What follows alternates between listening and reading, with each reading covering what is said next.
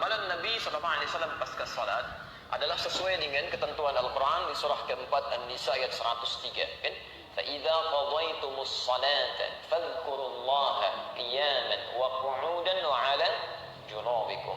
Maka jika kalian telah menyelesaikan salat, bergegaslah untuk berzikir kepada Allah, baik dalam keadaan berdiri, duduk ataupun berbaring. Bagaimana cara mengamalkan zikir ini? Karena kalimat di Qurannya masih umum, zikir aja ya. Kalau tidak dijelaskan bagaimana caranya, kita akan kebingungan. Apa Anda kemudian duduk zikir kan tidak ya? Harus ada amalan yang jelas yang bisa kita kerjakan. Maka diberikan bentangan pilihan oleh Al-Quran. Semua amalan yang menjadikan kita ingat dengan Allah itu disebut dengan zikir. Saya ulang, semua amalan yang menjadikan kita ingat dengan Allah, tersambung dengan Allah, disebut dengan apa? Zikir. Misal, membaca Al-Quran itu bagian dari zikir. Karena Quran sendiri disebut dengan zikir. Quran surah ke-15 Al-Hijr ayat ke-9, posisi paling kanan di pertengahan.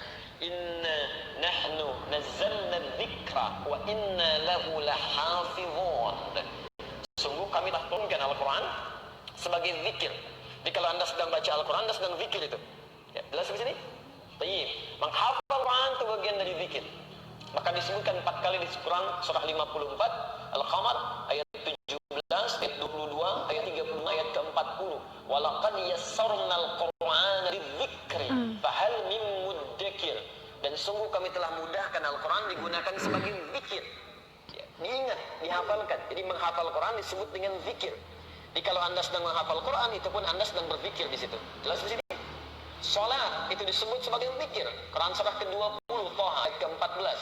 Wa aqimis salata lidzikri. Tunaikan salat sebagai zikir kepadaku, kata Allah.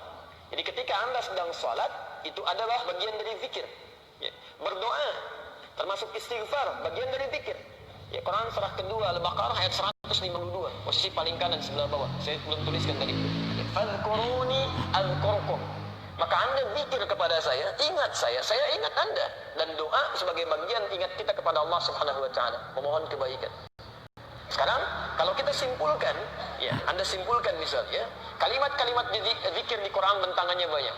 Ada baca Al-Quran, kalimat thayyibah, ada istighfar, ada doa, ada salat, ada menghafal Quran, termasuk saat Anda ikut ta'lim, Anda sedang zikir.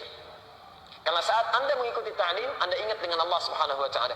Ya. Makanya mohon maaf ya, ta'lim yang baik itu bukan hanya mengajarkan materi yang Anda ketahui, bukan itu yang diinginkan. Ta'lim yang baik itu diisyaratkan oleh Quran adalah ta'lim yang bisa mengangkat iman Anda lebih dekat dengan Allah Subhanahu wa taala. Itu ada di Quran surah 58 ayat ke-11, posisi paling kanan sebelah bawah. Makanya ketika disebutkan di Quran, ya ayyuhalladzina amanu dengan beriman. Hai orang-orang telah menyatakan dirinya beriman kepada Allah. Idza qila lakum tafassahu fil majalis. Jika diinformasikan pada Anda, dikatakan luaskan majlis. Majlis itu asalnya dari kata jalasa, berpindah dari posisi rendah ke posisi tinggi. Kalau Anda duduk di bawah, saya katakan fadhal ijlis, silahkan duduk. Itu bukan cuma duduk, tapi maksudnya pindah ke tempat yang lebih tinggi. Tempat disebut dengan majlis, jamaknya disebut dengan majalis. Kalimat majalis di sini disandingkan dengan menuntut ilmu, diawali dengan kata iman. Kata para ulama seakan-akan melukiskan kesan bahwa tempat menuntut ilmu yang baik itu bukan Anda datang, tapi tempat yang menjadikan Anda, perangkat keimanan Anda lebih dekat dengan Allah Subhanahu wa taala.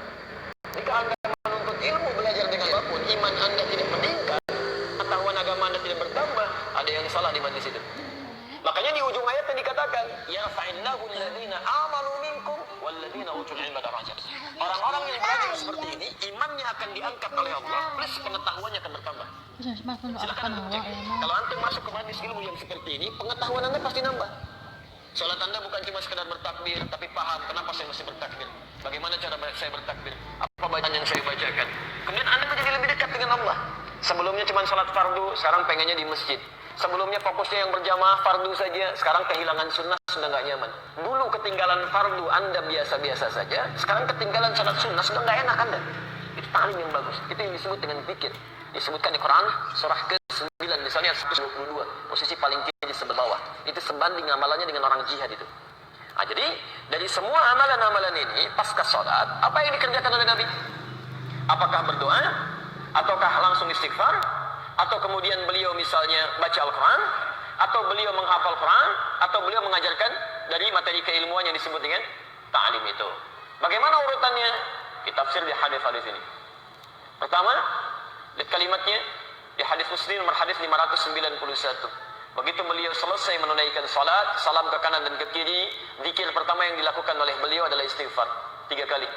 Astaghfirullahaladzim, astaghfirullahaladzim, astaghfirullahaladzim. Dan menyambungkan Allahumma antas salam wa minkas salam tabarakta ya dzal jalali wal ikram. Selanjutnya di hadis Muslim nomor hadis 593, la ilaha illallah lahu la syarika lah, lahul mulku wa lahul hamdu wa huwa ala kulli syai'in qadir.